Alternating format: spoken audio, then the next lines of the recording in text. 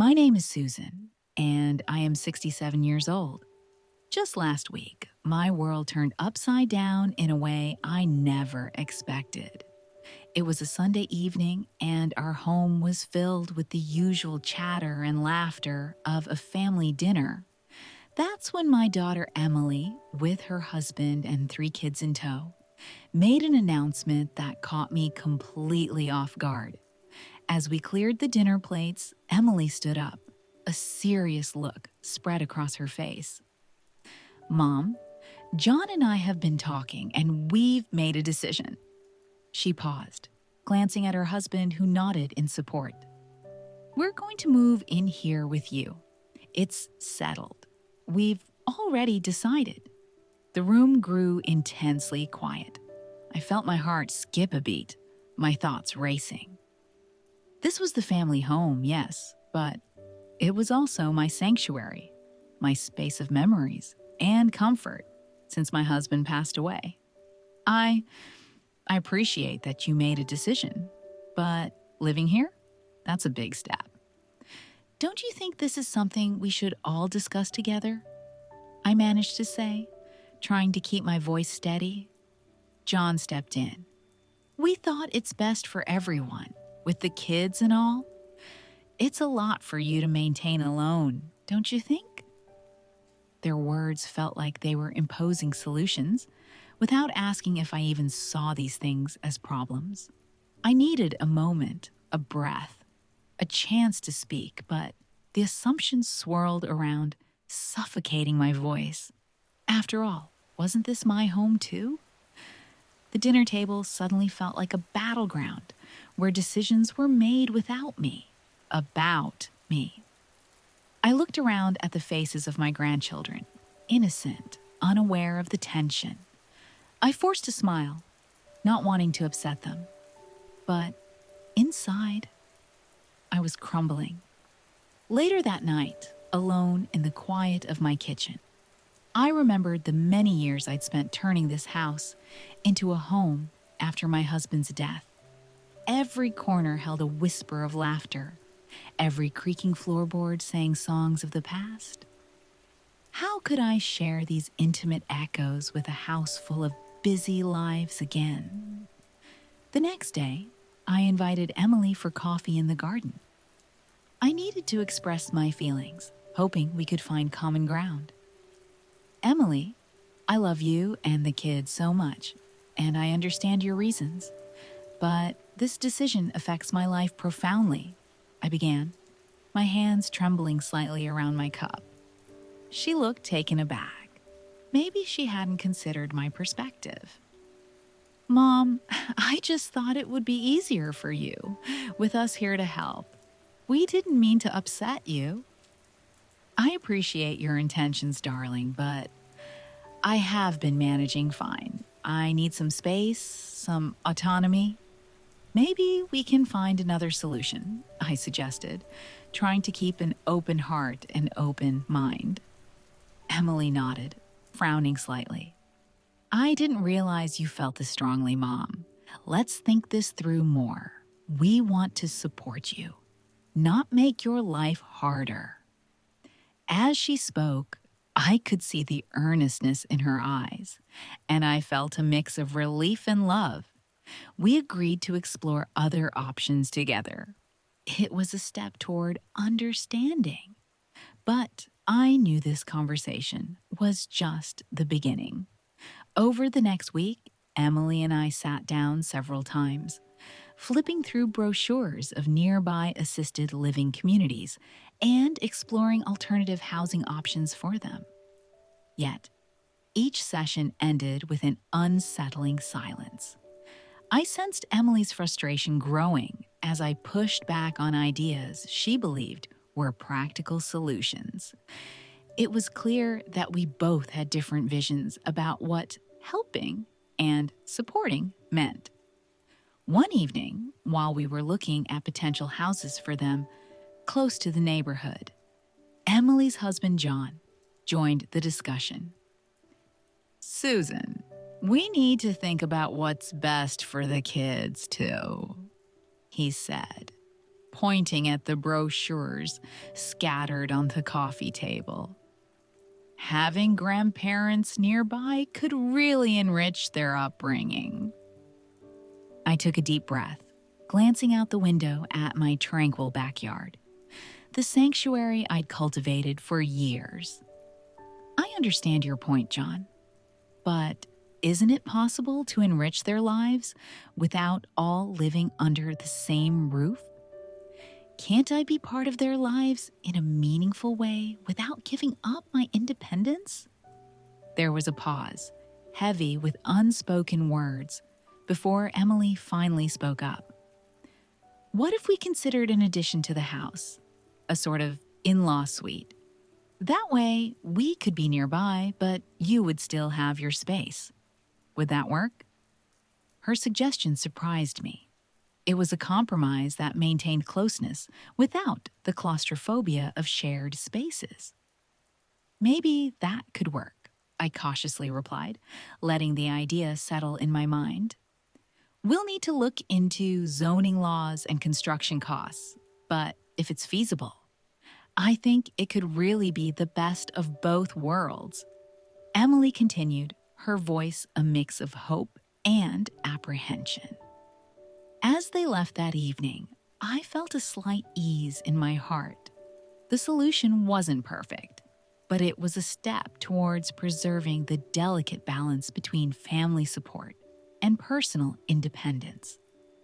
This new possibility opened up a channel for compromise I hadn't considered before. In the days that followed, Emily began researching everything needed for the construction of the in-law suite. She gathered information on contractors, budgets, and legal requirements. Watching her tirelessly work on this project, I saw how determined she was to find a middle ground that respected both our needs. Meanwhile, I talked with some friends who had made similar living arrangements. Their experiences varied wildly, with stories of enriched family relationships, but also challenges that came from blurred boundaries and lost privacy. Their insights gave me a lot to think about, stirring a mix of anticipation and apprehension within me. One sunny afternoon, Emily came over with a stack of blueprints and a hopeful smile. "Mom, look at these designs. There's a separate entrance for the suite, your own small kitchen, even a little garden space." Her excitement was infectious, but a deep question lingered in my heart. Would this really work? As we spread the blueprints on the kitchen table, Emily pointed out each feature excitedly. "We thought about your hobbies, your routines, there's space for your sewing, and a small greenhouse for your herbs." I could see the effort she had put into accommodating my lifestyle, and gratitude mixed with my concerns. "Emily, this looks wonderful. You've really thought of everything. I need a bit more time to think it through completely," I confessed, touching the blueprint. "Of course. Take all the time you need, Mom. We want this to be a home you're excited about, not something you're settling for," Emily replied, understanding coloring her tone. That night, as I lay in bed, the house quiet around me, I pondered the pros and cons of this new arrangement. Could I handle seeing my family daily without the solitude I'd grown so fond of? Or was I letting fear overshadow a potentially enriching family experience? The decision weighed heavily on me, a mixture of potential joy and the fear of losing the peace I had cultivated in my personal sanctuary. After several sleepless nights, I decided to reach out to a neutral party for guidance. I set up a meeting with my pastor, someone whose wisdom had guided me through many of life's crossroads. Sitting in the quiet, airy room of his office, I poured out my concerns and hopes. "Susan, it's clear you cherish your independence, yet also deeply love your family. Remember, A cord of 3 strands is not quickly broken, he said, quoting a scripture to illustrate the strength in unity. But each strand maintains its own identity, its own strength. Perhaps this arrangement can be like those strands, intertwined yet separate. His words brought a new perspective that resonated deeply with me. The idea of being independent yet interconnected offered a comforting balance. Feeling a bit more empowered, I returned home to find Emily waiting, a look of nervous anticipation on her face. We sat down over tea, and I started, "Emily, I've given this a lot of thought. The idea of living so close, yet having my own space, could be good for us all.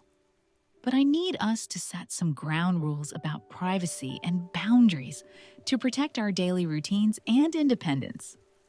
Emily's face lit up with relief and hope. "Absolutely, Mom. Let's talk about what you need for this to feel like home for you." We spent the afternoon drafting a list of boundaries and expectations, such as agreed upon visiting hours and separate responsibilities concerning property maintenance and expenses. Each point we discussed felt like stitching a new seam into the fabric of our future relationship, reinforcing it with respect and mutual understanding. As I watched Emily jot down notes, a lightness filled my chest. The fear of losing my solitude was slowly dissolving, replaced by the budding hope of enriching our family bond without sacrificing my independence. This compromise, founded on clear communication and respect, seemed like a promising path forward. As the days turned into weeks, the construction of the in-law suite began. The sounds of hammers and saws became the daily rhythm at my doorstep. Despite the initial chaos and dust, the process of building something new was invigorating, and watching the physical structure take shape somehow mirrored the emotional restructuring happening within me. Emily and John were incredibly considerate throughout the construction process, ensuring it caused minimal disruption to my routine. After the workers packed up each day, John would check in with me, making sure I was comfortable with the progress and answering any concerns I might have. One weekend, they invited me to walk through the partially completed suite. As I stepped through the framework of what would soon be my new private space, I could envision my future life there. The space was airy and light, with large windows overlooking a small garden area that was just for me. I could already see myself planting herbs and flowers there, creating a new sanctuary. "It feels more real now, doesn't it, Mom?" Emily said, squeezing my hand as we imagined the space come to life. "It does," I replied, feeling a mix of excitement and a twinge of nostalgia for the past years spent alone in my old space. Later that day, sitting in my current living room, gazing at the garden being bathed in the golden light of sunset, a profound sense of peace settled over me. I realized that while I was opening up my home, I wasn't closing the door on my past or my independence. Instead, I was expanding my world to include more love, support, and, yes, a bit of necessary chaos that comes with family life. Reflecting on this, I felt ready to make the most of our new living arrangement. I started planning small updates for my part of the house: paint colors, curtains, perhaps a new set of cozy furniture. Each decision I made reinforced my sense of ownership and control over my life and space. This wasn't just about accepting change, it was about embracing it and making it my own. As the construction neared completion, excitement buzzed in the air. Emily and I often sat together, poring over interior design magazines and websites, choosing fixtures and finishes that reflected both our tastes. It felt like a collaborative project, one that nurtured our relationship and built a bridge over any earlier hesitations. The day finally came when the contractors announced that my new space was ready. Standing at the threshold of the completed in law suite, I was overwhelmed with emotion. The space was beautiful, modern yet cozy, with every detail crafted to my preference, from the soft colors on the walls to the elegant yet functional kitchenette. Emily stood beside me, her eyes brimming with tears as well. "Welcome to your new home, Mom," she said, wrapping her arm around my shoulders. We walked through each room, appreciating the privacy and independence it afforded. The space was separate from the main house, but connected enough to maintain our familial bonds. The first few weeks of living in my new home were a period of adjustment. The most enjoyable moments were the mornings when my grandkids would knock on my door to say good morning, or when Emily would bring over a cup of coffee and we'd sit in my garden, chatting about our day. These simple pleasures reinforced that our decision was the right one. However, I also cherished the solitude my new space provided.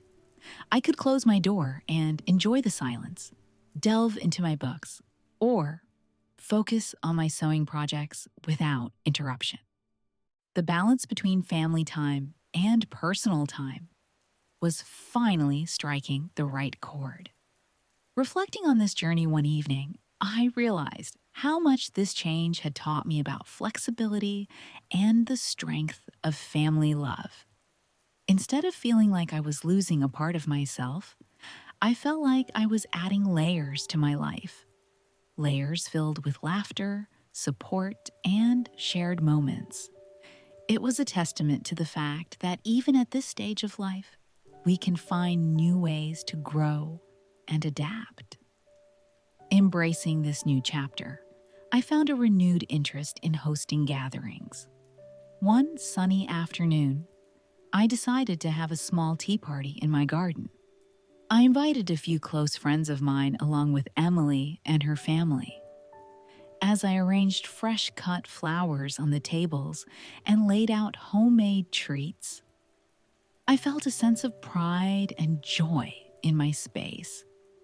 During the tea party, my friends marveled at how well I had blended independence and family living. They loved the setup and the way the garden connected my suite to the main house, allowing closeness and privacy simultaneously. Emily beamed with pride as she heard the positive remarks. "It took some adjusting, but we found a great balance," she told our friends. Later, as the guests left, Emily stayed behind to help clean up. "Mom, seeing you so happy and the space being used this way, it's wonderful," she said. Her words warmed my heart, and I realized how our relationship had deepened through this process, built on mutual respect and understanding. One evening, shortly after the party, I sat down with my journal, a habit I rediscovered since moving into this suite. I wrote about the initial fears I had about losing my independence and how these fears had transformed into an appreciation for the integration of my family in my daily life. This journey wasn't just about physical space, it was about crafting the emotional spaces we share with others. Reflecting in my journal, I penned down change can be daunting, but with a foundation of love and respect, it can lead to beautiful destinations. I've not only preserved my independence, but have also gained richer connections with my loved ones. This experience, I realized, had brought unexpected gifts. It taught me the importance of adaptability and reaffirmed the values of family and community in this new phase of life. With time, the rhythm of our shared life became smoother. One particular day stood out, a minor event that somehow symbolized our new understanding and connection. It was a regular evening, and Emily's youngest, Lucy, had just learned to ride a bike. She insisted on showing Grandma her newfound skill. Watching her pedal enthusiastically in the small driveway of my suite, her laughter echoing through the air, filled me with a profound joy. After her little show, Lucy raced up to me, breathless and beaming. "Grandma, did you see? I didn't fall," she exclaimed. I hugged her tightly, my heart swelling with pride. In her excitement and in this simple shared moment, I saw the true value of our living arrangement, a first-hand witness to these small, precious milestones. Later, John joined us, bringing some fresh lemonade. As we sat together, watching the sunset, he shared how relieved he was that both Emily and I were happy with the situation. "It's brought us all closer, not just physically, but in our hearts too," he mused. As the sky turned from pink to a deep twilight, I looked around at my family gathered in the space that was once a symbol of great change and uncertainty. Now, it represented unity and peace. It struck me deeply how navigating this transition had not only bridged gaps between us, but had also enriched our lives in ways I hadn't anticipated. That night, feeling reflective, I updated my journal. Today reminded me why change, though scary, is also necessary. It brings growth, joy, and sometimes a deeper connection than we ever imagined possible. My role as a grandmother isn't just a title. It's an active, vibrant part of my life that's been beautifully integrated into my everyday living. This evolution of our family dynamics, enriched by both shared experiences and respect for individual needs, reminded me that sometimes what we fear might actually lead to fulfilling and heartwarming outcomes. As the seasons changed, so did the life within and around my new home. Autumn brought cooler air and a kaleidoscope of leaves that decorated my garden. It was a perfect time for reflection. And one crisp morning, as I sipped my tea watching the leaves fall, I contemplated the journey that had brought us here.